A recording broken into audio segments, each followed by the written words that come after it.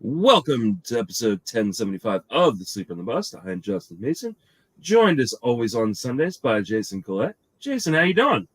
It's been a few Sundays. How are you? I know. Hey, man. Oh, I'm doing all right. How was your time off? It wasn't bad. If you follow me on Twitter, you know that I had to drive home from New Orleans, which was not great. The only upside is I got to go to Whataburger twice on that drive home, so that was cool. But nice. There's nothing like being at the House of Blues on a Wednesday night or Tuesday night for a concert, and then looking at your phone as you get an alert, hey, your flight's been canceled. I'm like, son bitch. So step outside, and I'm like, okay, let me. Nope, that flight's full. Rebook, and it shows up Friday. I'm like, I can't stay in New Orleans 2 extra days. My family was already on vacation in Myrtle Beach. I told them I'd be flying there to meet them there Wednesday. So I'm like, you know what? And so that's what I did. 14 hours, multiple podcasts, and a couple audiobooks, and I made it. And then I had to wake up the very first thing the next morning because my wife left one of my daughter's dance outfits here in Charlotte. And so I had to get back in the car and drive 2/3 of the way back because my mom met me. And so, after driving 1,150 something miles, about 18 hours, I don't recommend doing that ever again. That doesn't sound like fun at all. No. I don't mind driving, but that's a bit far for me. I didn't even in my young days. I drove to Woodstock night first year of college, but we stopped in Raleigh halfway because Lollapalooza was there. Because thanks, Dad. His company was the corporate sponsor of the amphitheater, so we had great seats. Went to Lollapalooza. So we broke that drive up, but I have never done that much driving in one single day because I was pretty much mush the next 2 days. Nothing, no brain, nothing. And I was just like, I'm just going to sit around and be lazy. Yeah. Something's going on a little bit with your video. Make sure if you got extra tabs open that you close them down or something. You're kind of going in and out.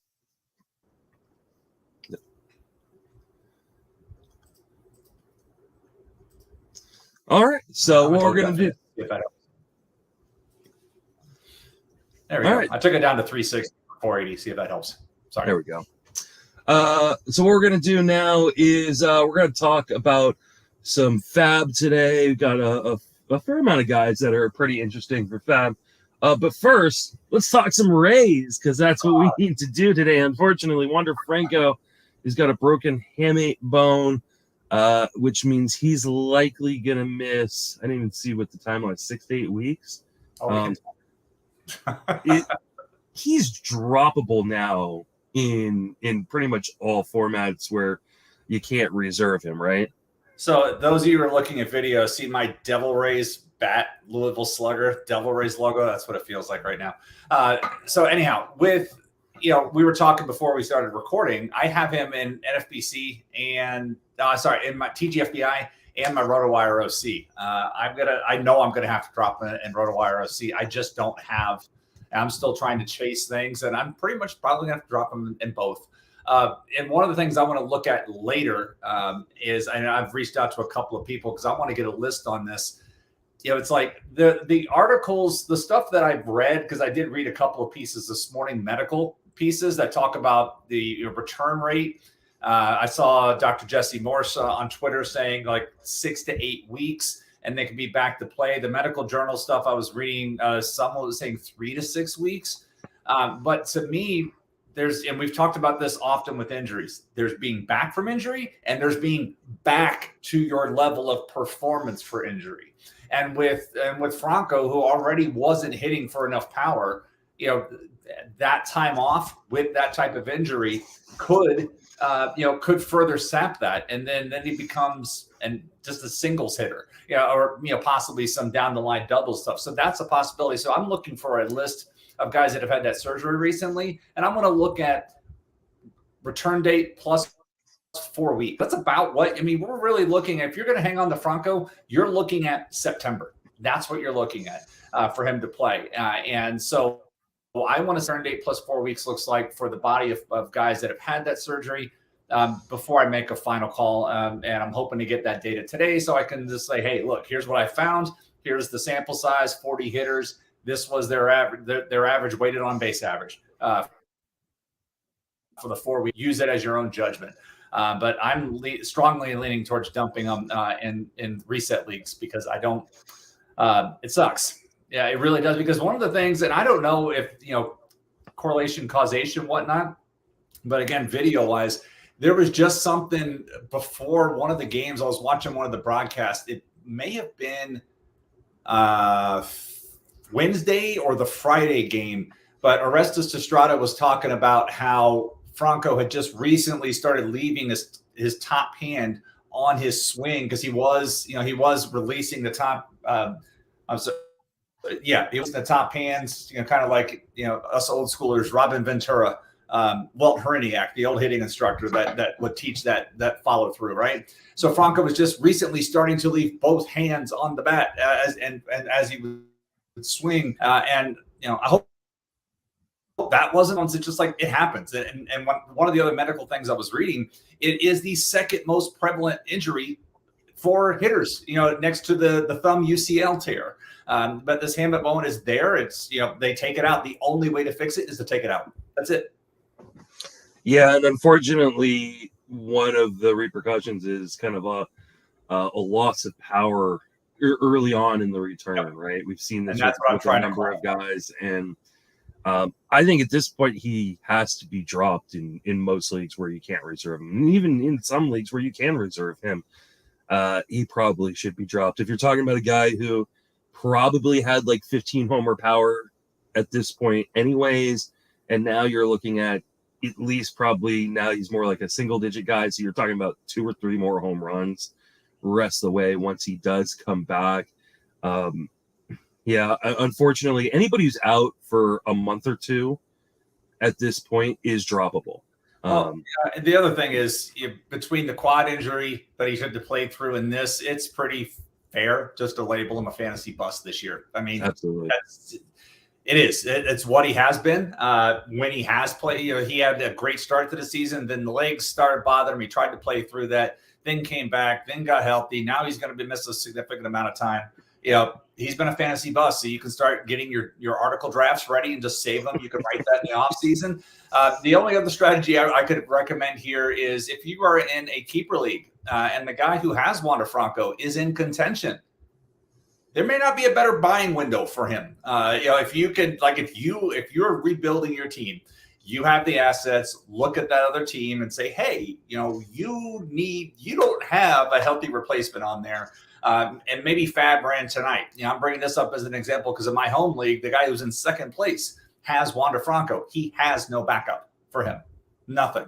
And so, I'm trying to put an offer in to get not Wander Franco because he's not going to let him go, but somebody else off his team because I'm going to, in that same trade, propose Jonathan VR, who I have, and this guy needs speed as well, and VR is playing. So it's like I'm trying to package up VR to get something else. But look at the guy in your keeper league who's got Franco. See if you can possibly get something for him or get something else on that roster because you have a replacement player for Franco's spot on that other team. So there's still time to play for next year while doing something for yourself now. Yeah, I think he's just a really difficult person to trade for, unfortunately. I mean, he still has, top tier prospect pedigree.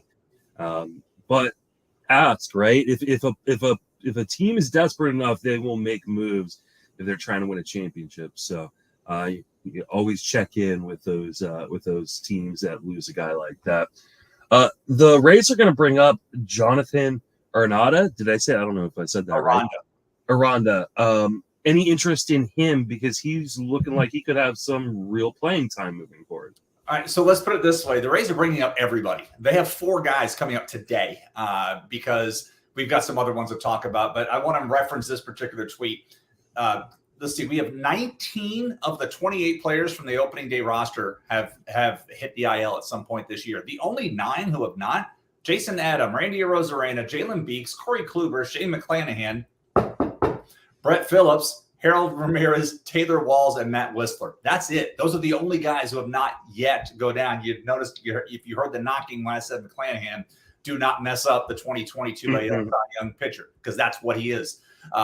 and he's going to win it unless something drastically goes wrong in the second half. But the guys, I've said it a few times on this show. 2018 Blake Snell. That's what we're seeing this year with McClanahan. So with Aranda, the issue, and JJ Cooper had tweeted about this. So I want to point the credit towards his way, but he talked about one of the best bat to ball players in the minor leagues. Because he said, a lot of talk has happened. A lot of attention has been given to Luis Arias. Well, you're not going to make much of a list in the minor leagues without talking about Jonathan Aranda as one of the best pure hitters in the minor leagues.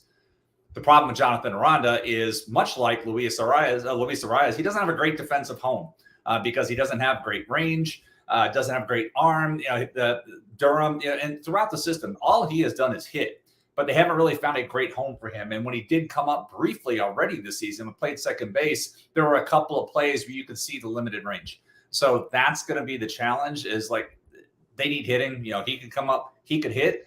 It's like, where are they going to play him? Because Brandon Lau is on a rehab assignment. He did get hit in the head. Thanks a lot, Stephen Mass, asshole. So he's delayed a little bit with that. But when Brandon Lau comes back, do they put Lau at second base and say, Aranda, thanks for coming up again, but you're going down? So there should be some interest in single leagues. I just don't know in a mixed league. It may be a week by week play, but again, that defensive limitations are going to limit his time in a lineup that prioritizes defense. Yeah, that's a really good point. I think in a 15-team mixed league, he could be somewhat viable if you're just looking for a guy to help boost your batting average in the short term, like you said, because I think there is likely a chance he gets sent right back down once Lau is back. Kevin Kiermaier out. I don't think this is surprising or super fantasy relevant. You have anything to add?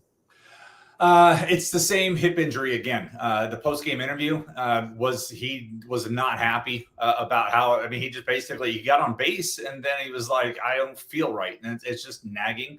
And so you hope that it's potentially just, a couple of weeks with the All-Star break built in. He can come back after the break, but I don't know. Other than that, I don't know. Right now, today, Brett Phillips is getting the playing time. Brett Phillips should have been cut off the roster a while ago, but he's on it and he's getting the playing time right now. So that's really it. Kiermaier has shown a little bit of power upside this year compared to previous years, but it's this may be the third time in 2 seasons with the hip problem, and that's becoming problematic. And that's not going to get any better with age.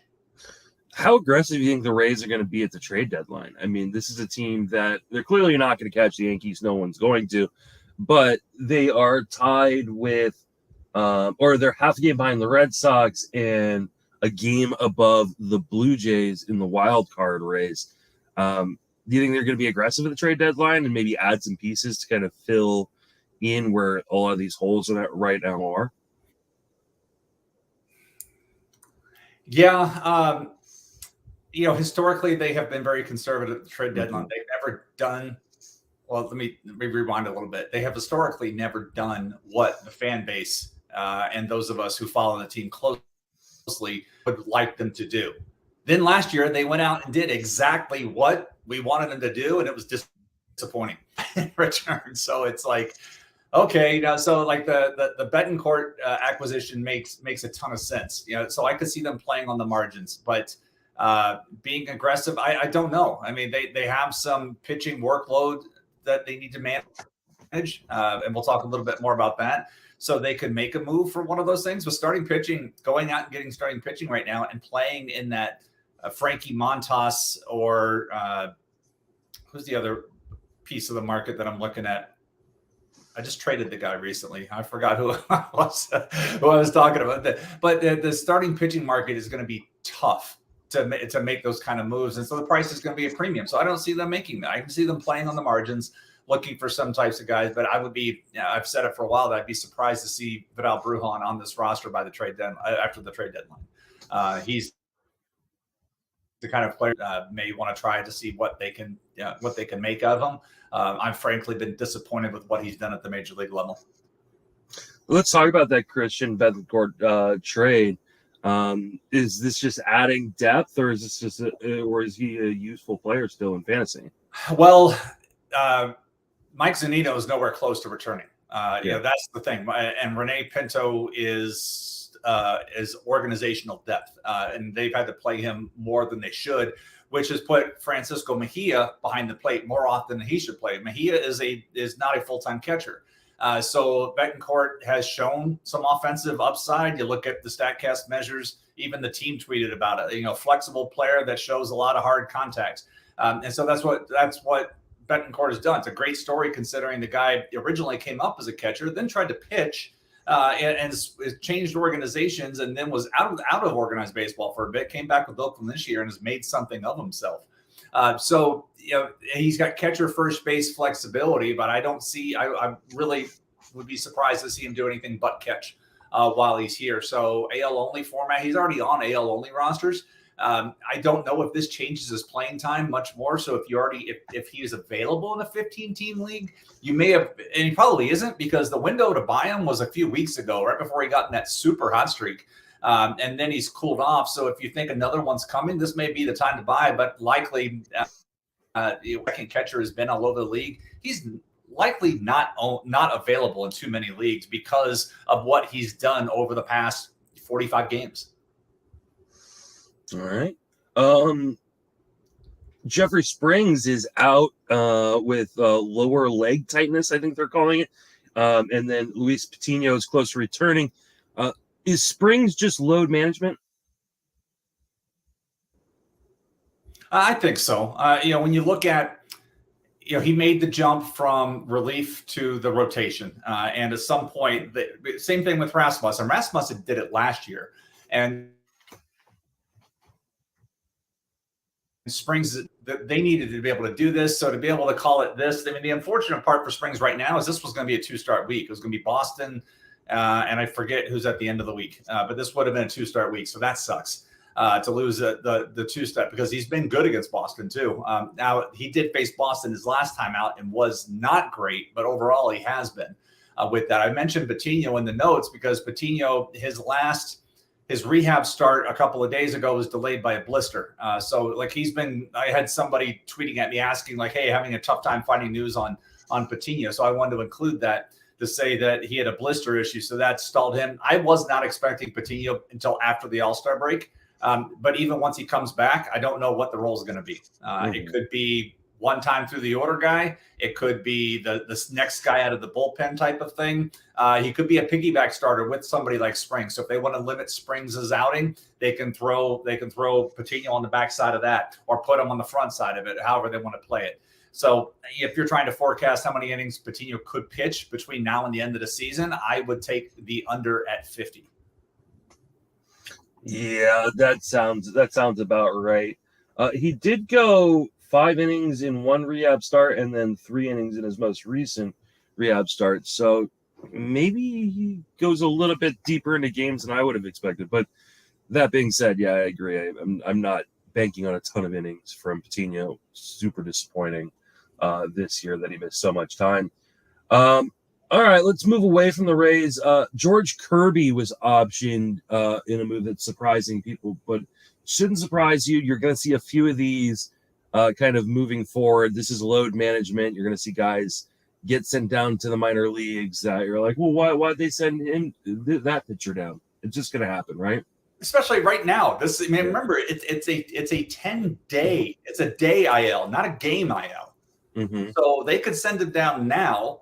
And you get you have the full week, so that's the 7 days. But then the following week, it's the All-Star break, and so he technically could come right back after the All-Star break. And it's pretty good. I have one thing as far as a strategy move you could do in a home league, because I depending on your league, I know that if you pick up somebody, they have to stay in your lineup the period after you've acquired that player. And I know that's not applicable in NFBC, but I know that's applicable in Tout Wars. I know it's applicable in Labor. I know it's applicable in my home leagues. So, but the other part of some of those, like in a home league, we can't pick up somebody that's in the minor leagues. But in your home league, that may be different. So think about that next week when you got your FAAB coming up, and let's say there's somebody you want to keep an eye on. You want to be aggressive and pick that player up. next scoring period's only 3 games. And if you could carry somebody for 3 games, it's easier to carry somebody for 3 than it is for 7. So start doing your homework now, keeping that in mind rather, so you can have that ready and jump on a few guys that you've been eyeing, like, oh man, I can't believe this guy hasn't been calling Deliriers. I assume he's going to be up any day now when they trade Christian Betancourt, if he's not already. I may have missed news yesterday on that, but just look at a couple of guys you've been anxiously awaiting to come up for that, and look to grab them next week when you only have to carry them for 3 days. Absolutely. Yeah, that's for sure. If you're looking on stashing a guy, especially if you are in a league where I hate that rule, by the way. I absolutely hate that rule that you have to start with someone. It kills me in Tout Wars. All right. I picked up Kowar with the Royals this week, and I picked him up because listening to Eno and Derek talk about him on the Rates and Barrels podcast, he was like, man, Kowar has got 2 more inches of ride on his fastball. He's got 4 more inches of sweep on his slider since he's come back. And I'm like, $2 bid, and I won him. I was like, sweet. I have to use him this week. But it's just like, again, this is a keeper league, $2. And if he's got that much movement change, I'm intrigued enough where let's see what happens, because his current numbers are ugly. Yeah. I did it with Estuary Ruiz and also with Corbin Carroll in Tout Wars. So hoping Ruiz is up here pretty soon, considering all their issues in San Diego with injuries right now. Mitch Garver is going to have season-ending surgery. It's kind of a bummer. There had been a little bit of talk about this, but since his return from the IL, and there was a thought that maybe they would hold off till the end of the season for this, but not the case. So he is droppable. Heim becomes even more interesting. Any thoughts on this one? I was texting somebody yesterday. I'm like, how like weird / cool would it be to be like, hey, you know what? Go DH all weekend. We know you're having surgery Monday. It's like, go play, go do whatever. You know, you're covered. We got you. And so he gets to do this, and that's out there now. I guess Sam Huff comes up. I would assume so. Yeah. But the problem is Sam Huff can't throw anybody out. But not to say Mitch Garver was, but Sam Huff is terrible behind the plate and controlling the running game. And Jonah Heim's not much better. The last time I looked, this was about a week ago, the Rangers were the worst team in the league in slowing down the running game. So I would say factor in, if Huff is going to come up, then look for daily matchups, DFS opportunities, since DraftKings steals are worth 5 points. Who's playing the Rangers? Sam Huff back there? Go. And do something like that. So that's really the only reaction I have to that. I mean, I have Garver in, have him in one league. He's being cut tonight because I don't need him anymore, obviously. So, but that's really the only reaction I have, was just the Texas catching situation and how they're really bad at the running game. And if you're playing the margins, continue to look at who's catching for that team and how your manager likes to run, because you should be running all day long against Texas. I think they have thrown out 12% of attempted base stealers this year, and the league average is 27. Yeah, I mean, I think that's something. If you're looking for speed, I guess it's a good streaming tactic, is kind of look who Texas has coming up this week and try to stream someone from the other team. I might be doing that in a few of my leagues this week. Tyler O'Neill has a tear in his right wrist during his rehab assignment. This is just a bomber, because I mean, he just has not been able to get it going this year, and in part due to health. Would you drop Tyler O'Neill at this point? Hey, how about the league where I drafted O'Neill and Franco back to back? Yeah, nice. Good, yeah. good And here's the thing about the O'Neill tear is that they discovered it because he got hit on the wrist on his rehab assignment. So, hey, what is it with these minor league pitchers hitting major league guys on rehab assignment?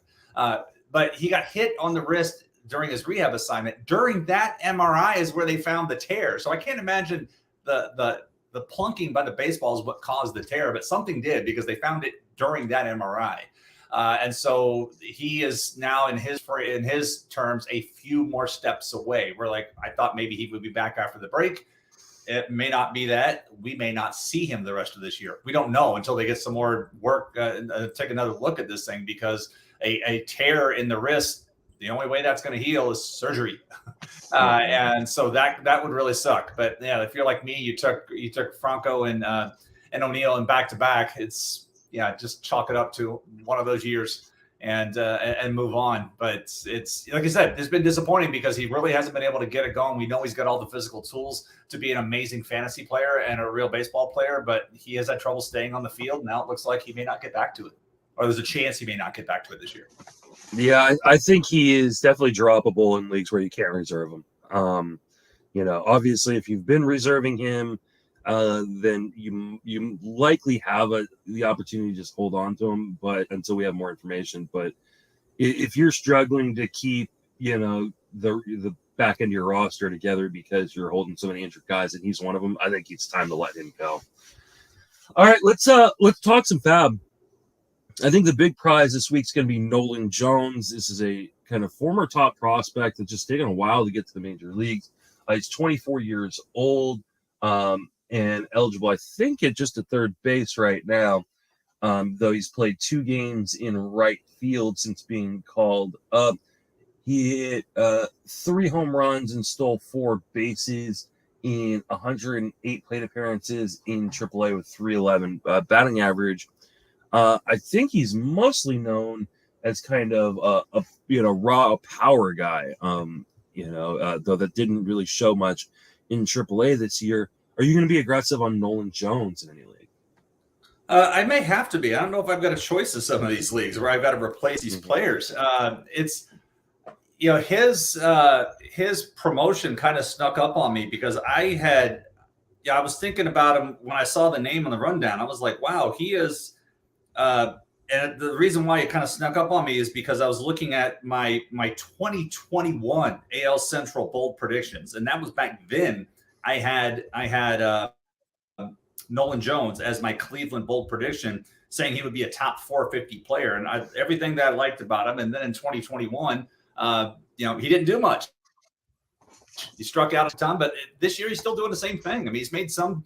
As you look at the stat line, he has made improvements in his walk rate and his reduced his strikeout rate. He's hitting for more of an average. He has not hit for power in the minor leagues this year, but I would bring that up relevant to the major leagues because remember, no humidor in AAA, at least in the international league where he's playing. There is one there. So if the power he had previously hit for power in AAA in 2021. He has not done so much this year, but if that means he's hitting for more of an average, I'm fine with that. So, I mean, Cleveland needs this. I don't know if anybody's noticed, but Jose Ramirez has been pretty much ass for the last month. I know he had a 3-run home run last night, but look at his last 30 days numbers and credit to @JohnPGH on Twitter for pointing this out a few times. But Ramirez has been tough to carry. I nearly benched him this scoring period this weekend because of it. It's just been, you look and it's just like, wait, man, my team keeps sinking. Why? Oh, yeah, my number one, my 3rd overall pick and my top draft pick has been stinking for the past month there. So Cleveland needs this type of help. They're still carrying Miles Straw in the lineup, and that's not working well. So, I would like to be aggressive with this because the skills have previously been there. He's got some speed. Now he's hitting for average. He's not striking out as much as he had in previous levels. But again, the lack of power is concerning. So, depending on your needs as a team, frame it for what you're hoping to get and not what you think he may be. Yeah, because the scouting grades at one point, his raw power had a 70 on it. So that's raw. The game power is 50, but this year he has a total of 4 home runs and 117 plate appearances. 4. Well, he has a total of 4 home runs because he's got an almost 60% ground ball percentage in AAA. It looks like he tried to correct some of the strikeout issues by just pounding the ball into the ground. I understand people getting excited. Yeah, I mean, it worked, but I mean, is that going to work at the major league level? I don't know that it is. I know people are really excited, especially hit a home run already since being called up. I think this is more of a people getting excited because he's the best thing available this week. I don't think he's that special of a player, and I think it's not a great week. It's not a great week for FAAB. So I can understand people going $30-$40 in $1,000 FAAB league. I'm not going to go any more than that. if for some reason I've got that much money in a league, which I don't in most of my leagues, and in most of my leagues I'm hovering around $100 or $200, and I'm not going to spend 30-40% of that in order to get him. There will be people who do that, though. They're going to be there are going to be some people who drop $100 plus dollars, 10% or more of their remaining FAAB. I would be more interested in him in a keeper league. I'm not terribly excited about what he could do this year, but if I can get him cheap now in preparation for next year, I'd be all over that. Yeah, I think that's fair. Matt Carpenter, he's been some hitting home run. Someone tweeted out that the Rangers could definitely be using him right now. He was originally on a minor league deal with them, but was cut because he was not playing well enough to warrant a call up to the major leagues. With Rizzo kind of being day-to-day right now, is Carpenter worth picking up? I mean, I have Carpenter in AL Tout, and I picked him up, and it's been nice because I got him kind of on the cheap, but the problem has been the playing time. I'm like, oh, he's playing a lot this month. He has started looking at the game, started all but one game for them. But previously, he was barely playing. Like the week prior, he had a total of 5 at-bats. They had the injuries, and then here in June, he's had 5, 1, 4, 4, 5, 5, 3. So it's a matter of he's like a nice option to have on the bench, but if they're healthy, he's not playing, and he's only pinch hitting, and so that's really the rough part of it with it. So he's on third level. He has 20 RBIs and 73 plate appearances. I mean, that's amazing production. And yeah, the 7 RBI game back on. He's had these a lot of this production. He's had 9 home runs and 73 plate appearances. And one of the reasons why I really don't want to get rid of him is, the Yankees are 150 games in first place in the AL East. Eventually, they're going to start keeping guys. They're going to start changing their lineup and start keeping guys fresh. And then it's going to be more opportunities for Carpenter to get in the lineup because there's no reason to put these guys out there every single day. They're going to have home field advantage wrapped up by middle of September at worst. And so, but there's going to be opportunities for him to get into the lineup more as they try to keep guys sharp, but not them into the ground because they're expecting a run all the way through October. I want to keep him, even if he doesn't have the full guaranteed path to playing time. I know in an AL only, he's an absolute keep.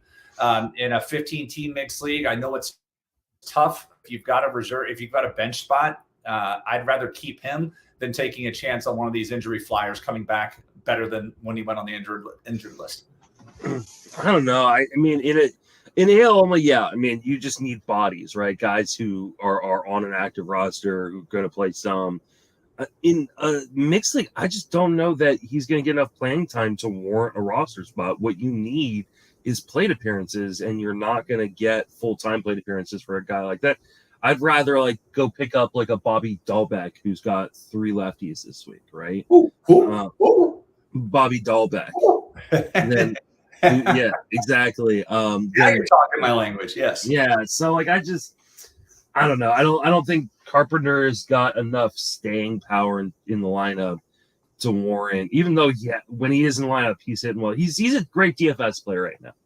Go ahead, and use him in DFS when he's in the lineup. But he's got multiple positions. I mean, if you're in a single league eligible format, he's first, third, outfield, and I believe second base. If you're in a daily moves lineup, that makes sense, right? Yeah. Because you can kind of bring him in and out of your roster when he's on there. But in weekly, man, if he's only playing 3 days a week, 4 days, even in most 4 days a week, that, not having him in those other 2 or 3 days a week, those add up over the course of a season. I don't know that it's worth it. All right. What about Josh Harrison, who, is kind of taken on a fairly regular role and is on fire right now? Is he a guy you'd pick up? Because he's multi-positional eligible. He is, and he got off to such a terrible start to the season, and his numbers were god awful. I'm trying to figure out what's his path to playing time. Where's he going to stay in the lineup? Because for whatever reason, Tony La Russa is in absolute love with Leury Garcia, and Leury Garcia than he should. But Josh Harrison was on this team as a Swiss Army knife to be used all over the roster. And I don't believe he's being used enough. Now that they're getting, they're healthy. They got Luis Robert back. Eloy Jimenez is back. Everybody's back in this lineup for the most part. I don't know if there's enough playing time. Like, put him in the same grouping as we just talked about Matt Carpenter. And if you want me to choose Carpenter or Harrison moving forward, I would rather have Carpenter. I don't know, man. He's played 5 of the last 6 games, including 4 straight. They're finding a way to get him in a lineup, whether it's at second or third base. It's not like Moncada has done a ton to warrant them continuing to roll him out there. Again, Leury Garcia is his competition kind of at second base. I'm here.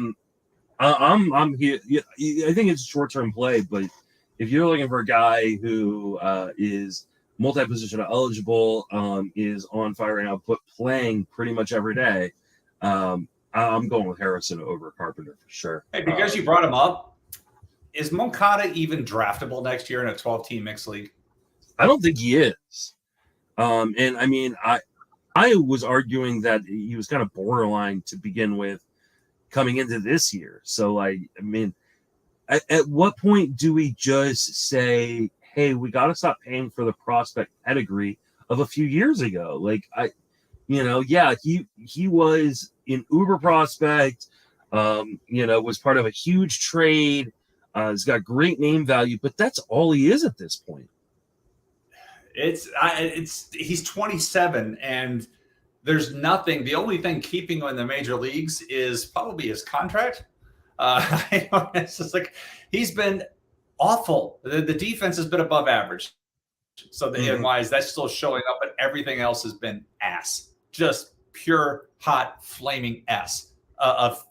And I forgot where his ADP, but I know a lot of people. You look at it was like 150, 160-ish. I mean, it was not like it was not nothing. Like you were paying a top 10 round price in a 15-teamer, and top 15 round price in a 12-teamer. Like it just, and there's just not a ton to look at and go, oh, this is what we should be grasping onto. I mean, we're talking about a guy with an 88 mile an hour exit velocity, a 6.9 barrel percentage, which is not nice. And he has as many steals as you and me combined. Yeah. Right? I mean, he's not even walking anymore. And that was always one of the good things about him, is they at least earn a walk. He doesn't even do that anymore. He has 9 runs scored this year. That's unreal. Like, I mean, I almost have that many. It's unbelievable. Yeah, no, I mean, there are going to be people who go back to the well on it. They're going to be like, look at this huge discount. There's a reason it's discounted, because he has shown nothing. Yeah. Since 2020. Like, I mean, he's just. Arvin is hesitant to put him on a shelf right now. Oof, that's bad. Yeah, I mean, they should be sending him down, quite honest. But the problem is they don't have even the players right now. You got to wonder if they're going to, second base or third base is a position they're going to kind of target in trades coming up here at the deadline. I mean, they got to do something to catch the Orioles in the standings. So. Speaking of Jonathan Villar, who you were talking about earlier, trying to trade to get more assets, he ended up in Los Angeles with the Angels, and I think he was leading off last night. Yep. How aggressive would you be on Jonathan Villar right now? So in the league I mentioned, I spent $24 of my $100 budget. About half of what I had left. But we have a $100 budget. I spent $24 because if I spend $25, I have to keep them next year or pay that into the pool. And so I am looking to build for the future. So I bought him with the hopes of trading him with that. So that's why I was aggressive. But I like VR coming into the season quite a bit. He was a late teens target for me. Disappointing, because I wasn't expecting him to repeat what he did with Baltimore a few years ago, but I thought in Chicago had a chance he'd be really good and have the opportunity to do that. He didn't do well in Chicago. And so he is with Angels now, who need that kind of player. And so he should have the opportunity to fail. I mean, look at some of the guys they've been running out there at some of those positions that he's now playing with there. So I would be aggressive, especially for speed. Speed is really tough to find in season. And this is a guy who stole 40 bases not too long ago. And so he's already got 7 for this season. He's got 1 since he's been with the Angels. He is somebody that I would be aggressive on, but I would also aggressively drop him if he doesn't show production in July. I'm not looking at him as a full season plan. He's on a week by week contract on my team. If he's playing well, he's going to stay. If he's not, he's out. Yeah, I mean, the fact that the Angels are willing to hit him leadoff is good enough for me to take a gamble on. I'm not overspending here, but that Angels lineup is just a mess right now. Like, unreal. I mean, you've got 2 generational talents on the same roster, and the rest of that team is just October. Yeah, that's the rest of the team is just a mess, unfortunately. But yeah, Villar's a guy. I'm a little bummed because I did drop him in a couple leagues when he got DFA'd by the Cubs, and I probably should have waited a little bit, but I just didn't have the roster flexibility to do that. But yeah, he's a guy. If you're looking for speed, I don't know if there's a better gamble right now than Jonathan Villar. Plus, they're in that Rangers division, so maybe a little extra time. Oh yeah, good point. I wonder how many games they have left against the Rangers. That's a really good point. So, because I mean, you have to figure Phil Nevin would let them run as long as he's not helping fights. I want to look that up. The whole thing, that Anthony Rendon coming out, getting a fight with a cast on his wrist is like, come on, man. All right, so they have games against Texas at the end of this month. There you go. And they have another series starting on my birthday in late September, and then they close this. They have a series at the end, so they have 9. They have 9 more games against the Rangers. 10. I'm sorry, they have 10 more games against the Rangers the rest of the way. That's not nothing. I'll take that. Yeah. So, by the way, the next team, the Rangers are the worst. The next team is VR's own team. VR's own team is terrible at controlling, and so are the Twins. Look at the way the Twins are doing, and they've got 3 games against the Twins as well. I'm sorry, they have 6 games against the Twins. So there's some good running opportunity for VR the rest of the season if he remains with the Angels with 16 games against 2 of the worst teams controlling the running game in baseball. Last hitter we're going to talk about is Eddie Rosario, who is finally back from an eye issue off the IL. Already has a home run and stolen base. So you're going to be aggressive on Eddie Rosario if he's available in your leagues. What he did last year, yeah. It's good to see that there wasn't. I'm always concerned when the guy's got that much of a layoff with it. But after what he did last year for Atlanta, I am willing to be aggressive and see if he's got more in the tank. Because remember, last year he was a double-double guy.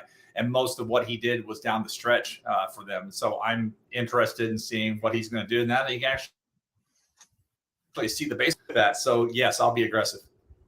Not only was he a double-double guy last year, he dominated the postseason, hitting 383, 3 home runs in a stolen base in that postseason, helping the Braves win the World Series.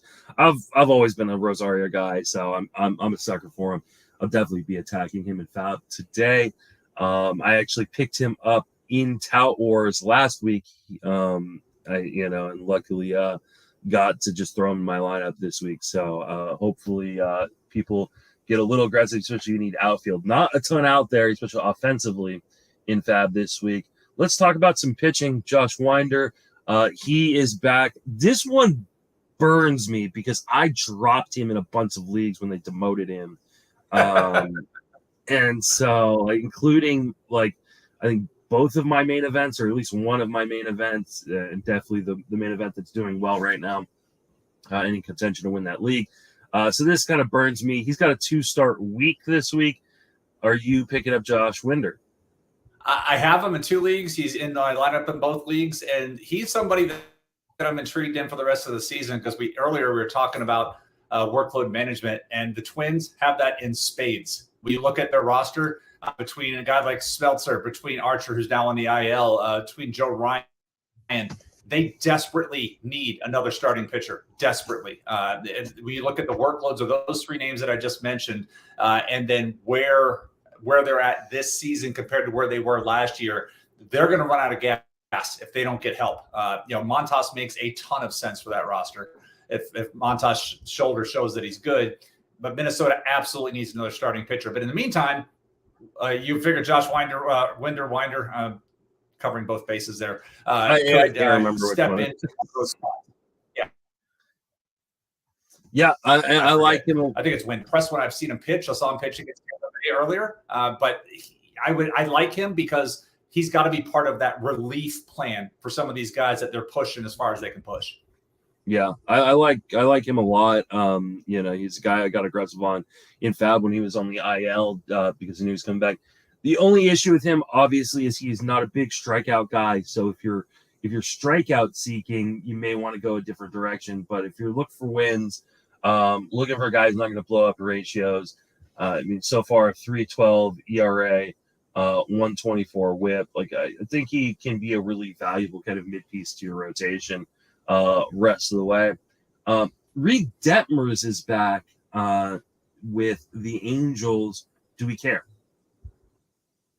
No, it was kind of surprising when he went down, I guess, in the regard because, he threw a no-hitter and then he got demoted. It's like, okay, we've known he's had his problems previously. I don't care about Reed Detmers until he gets the home run under control. When a guy's got a 1.6 home run per 9 in this current environment, that to me is a huge red flag.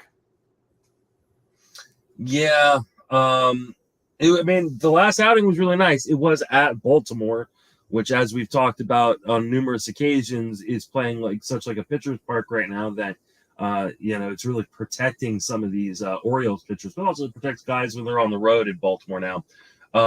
The nice thing is we're starting to see some strikeouts, right? 7 strikeouts in 6 innings in his last start, in his final start, before being demoted against Kansas City where he got blown up.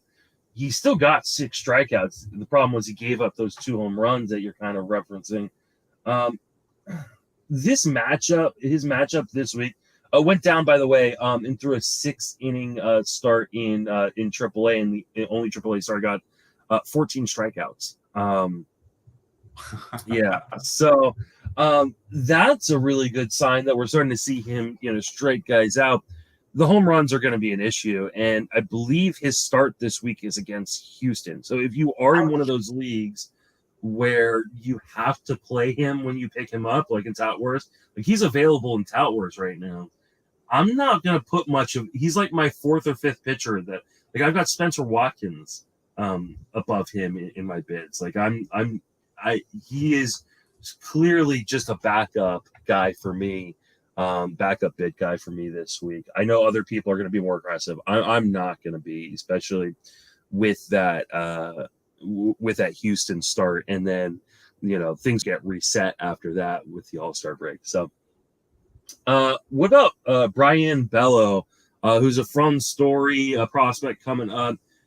There was talk that he was probably going to go back down after his last start, but it looks like because of an injury, he's going to get another turn in the rotation, maybe against your Rays. Are you picking up Bello?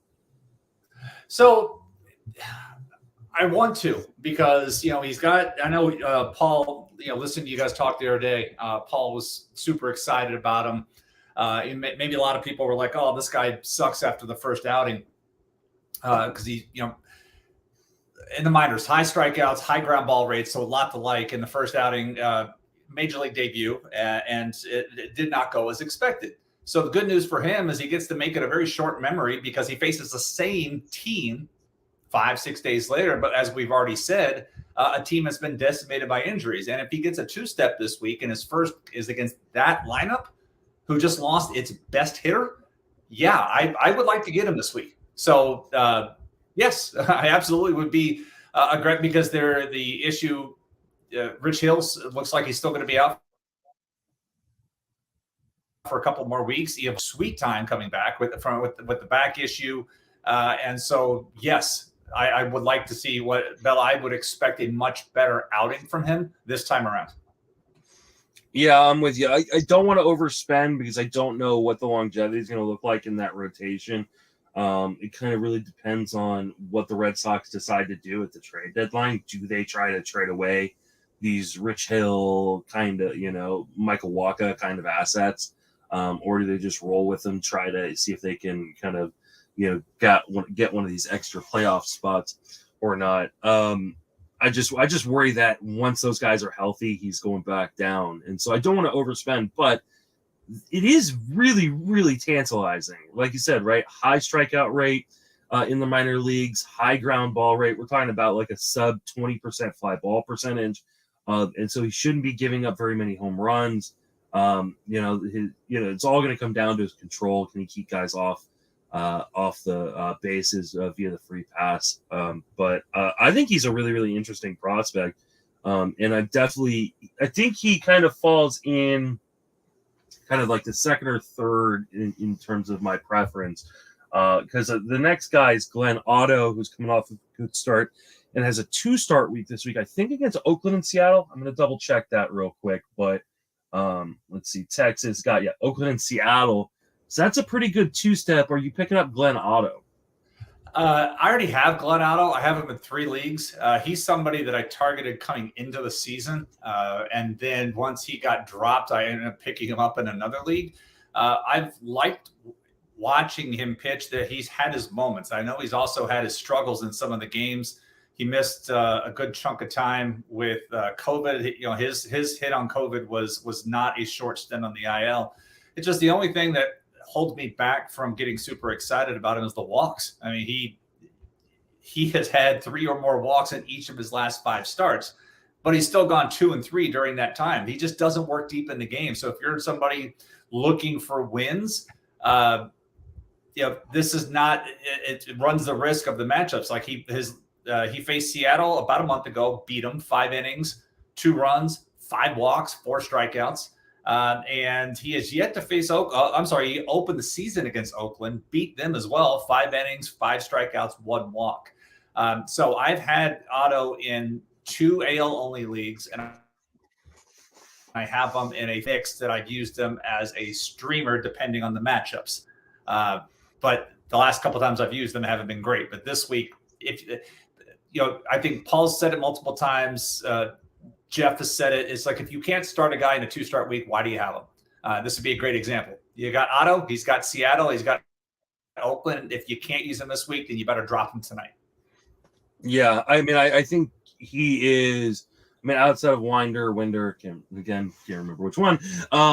He's my favorite pickup just because of the matchups. And he's coming off of one of his better starts. I believe both of his matchups are at home as well. They are. So not that Oakland or Seattle are bad places to pitch in either way, but home for him is a good place to pitch as well. He's not a big strikeout guy, but I think if you're going to get an opportunity to get 2 wins against, some teams that aren't necessarily best in the league, I know Seattle's been playing better as of late, but I think this is a pretty decent shot.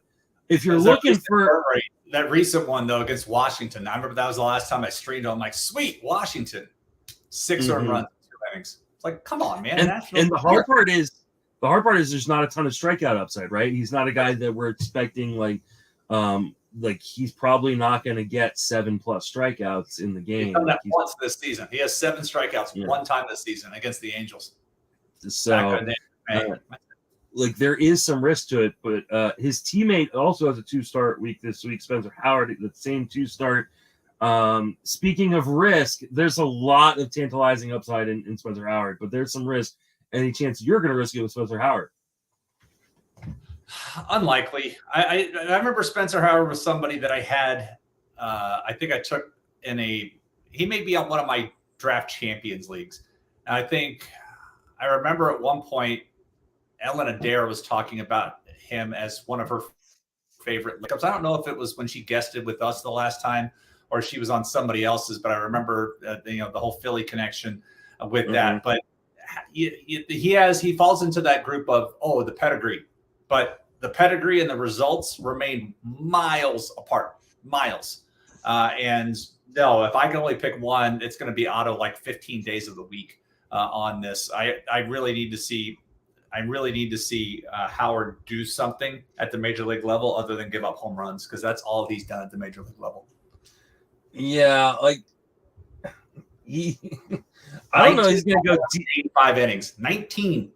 I don't know that he's going to be able to go deep enough into games to. I mean, I know he was going 5 and even went 7 in his last minor league start, but his first major league start back, only went 4 innings against the Orioles, 2 strikeouts in those 4 innings. I've got him in my bids. He's pretty low though in those bids. Like I'm not gonna, I'll throw a buck at him, and if he's in the trickle of your water. Yeah, he's at the bottom of the waterfall. Yeah, you know the part of a waterfall, it's all white and foamy at the bottom. That is Spencer Howard at this point. Perfect. So, last starter we're going to talk about is Marcus Stroman coming back from injury. I think is he pitching today or did he pitch yesterday? I can't remember. Did not look the matchups today. But he's going to be available in some of your 12s where he was dropped. Let's see. He must have pitched yesterday, or maybe he pitches. Let's see, because I know this is boring for everybody, but he pitched yesterday through 4 innings, struck out 3, 2 hits, allowed 1 walk. So a little bit of a shorter outing coming back from injury but that's a pretty good line against the Dodgers. Is he going to be a top pickup priority for you if you're looking for starting pitching right now? Yeah, I mean, he threw 59 pitches last night. So you have to figure it's not surprising in somebody's first game back with that, but you have to figure that'll progress moving forward. He's in absolutely no danger of being traded because he's in the first of would be somebody, but he's in the first of a 3-year deal that he made with Chicago, so he will stay put. But you have to wonder how many wins he could get. But the NL Central is bad. If you've read one of Joe Sheehan's recent newsletters, he talks about like the NL Central as collectively is like a 100-loss team, as that's how they're playing compared to some of the other divisions. And so the fact that he gets to play against a lot of those teams should help put him in a decent position. And so, yeah, I would like to have Stroman on my roster if he is available moving forward. Yeah, I think he. In leagues, he's not available in any leagues I'm in, but in leagues where he is available, that's going to be some 10s and 12s. He should probably be a top priority, especially if you're looking more towards the rest of the season as opposed to just this week. Obviously, Winder has a decent 2-step this week and might push him up if you're just looking for a streamer. But I think Stroman obviously has staying power and is a pretty good established play right there. So. What about Brett Martin? The Rangers have kind of been doing some reshuffling of the bullpen, going to be putting Joe Barlow in more low leverage situations. Brett Martin has come in the last 2 days and gotten the save. In these outings, pretty much every member of the bullpen has pitched, and he's been the guy in the 9th. So is he now the guy in Texas? Are you running the wire to pick him up? It kind of reminds me how Joe Barlow got the job in the first place. It's like the opportunity presented itself. Barlow was like, okay. And honestly, Barlow has held on to that job a lot longer than most of us thought he would coming into the season. Yeah, absolutely. He was one of the guys that we said, if everything else has gone wrong, like, okay, he's there. And I would say the same thing with Greg Soto. It's like Greg Soto, we all expected him to melt down, and there he is still closing games out. So it gives some more fuel to the, wait on closers. On one end of that, you got Josh Hader, who's absolutely produced the value of taking him where he was taken. And then you've got your Sotos and your Bednars and your Barlows, who were I would say, tier 3 closers, tier 4 that we all talked about. And here they are just doing the job down there. So when you look at Martin, it's just the extremely high ground ball rate is rather attractive. And so if you are going to look, if the, what's the manager's name? Chris something. Why am I drawing? I want to say Tatum. Woodward. Thank you. Yeah. Chris Woodward. I can see the perpetual 5 o'clock shadow that he always has. Chris Woodward. It's what attracted him to, hey, let's try Joe Barlow in that role. Well, why not try Brett Martin in that role? I only remember his name because I was so flabbergasted when they hired him. I was like, oh my God, I thought he was going to turn into a star as a player. I drafted him in my home league every year thinking he was going to turn into a star. I agree. This is a team that, it definitely has some options that it could use in the 9th, right? Matt Bush is still on this team. He's got closing experience. Matt Moore is on his team. but they have a ton of lefties. Like, they don't need to have a righty-lefty bias in terms of who closes out in the ninth. And Martin's been the guy they've gone to the last 2 starts. He is 27 years old, but he's like under team control until 2026, I believe. So like they've got some pretty decent team control on the guy.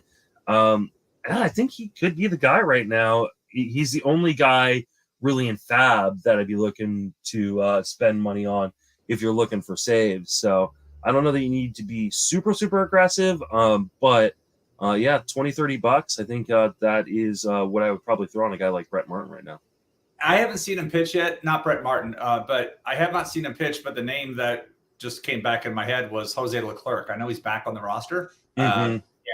Prior to him going down with TJ, he had this job, was doing extremely well in this job. Then, right towards the end, oh, hey, I'm having control problems. And then, oh, my elbow just gave out.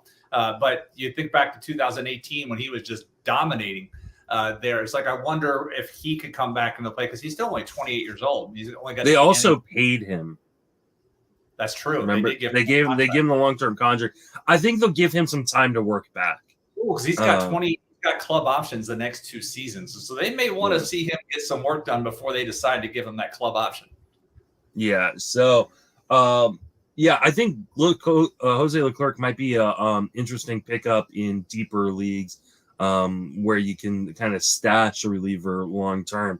But I think they're probably, because let's see how many outings has he had since he's gotten back. Oh, I guess he's been back for almost a month. I didn't even realize that. He has not pitched well necessarily in that month. So kind of wait and see right now on Jose Leclerc and see if maybe he can get things back together. Maybe he is the guy they go to at some point. All right, Jason, that's going to wrap us up for this episode. Remind where people can reach you at and what you're working on. At Twitter, at that handle in the video, at Jason Collette. RotoWire Collette Calls column this week. I talked about No Sport for Old Men was the article that went up this past Friday, basically looking at how the aging curve appears to have accelerated quite a bit for some of the older players. And we often talk about the old adage, safe old veteran, boring old veteran, and risky young guy. But this year, it's been risky old guy too. I mean, Paul Goldschmidt's been amazing. And Paul Goldschmidt was being taken in the 5th round because pretty much they're like, there's no upside to Goldschmidt. Well, look what he's doing. There's been a ton of upside to him. But for the most part, the guys age 33 and older have underperformed. I mean, Whit Merrifield's one of the big guys that come to mind. Joey Votto struggles. Some of it's injury, but the injury is part of being old too.